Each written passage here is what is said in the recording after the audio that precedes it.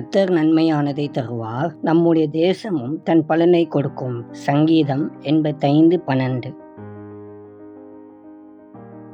சில வேளைகளில் கர்த்தர் நாம் விரும்புகிறவைகளை நமக்கு தரவில்லையே என்று நாம் கலங்கிவிடுகிறோம். ஆனால் நாம் ஆராதிக்கும் தேவனாகிய சர்வ வல்லமையுள்ள கர்த்தர் யார் என்று அறிந்தவர்களாக அவரை முழு மனதோடு நம்பிக்கொண்டிருந்தால் அவர் நமக்கு நன்மையானதை தருவார் என்பதில் உறுதியாக இருப்போம். அவர் நம்மை போல் குறுகிய காலங்களுக்கு யோசிக்காமல் நமது முழு வாழ்நாளையும் மனதில் வைத்து நமக்கு தேவையானதை செய்கின்ற அன்பின் தேவனாக இருக்கின்றார்.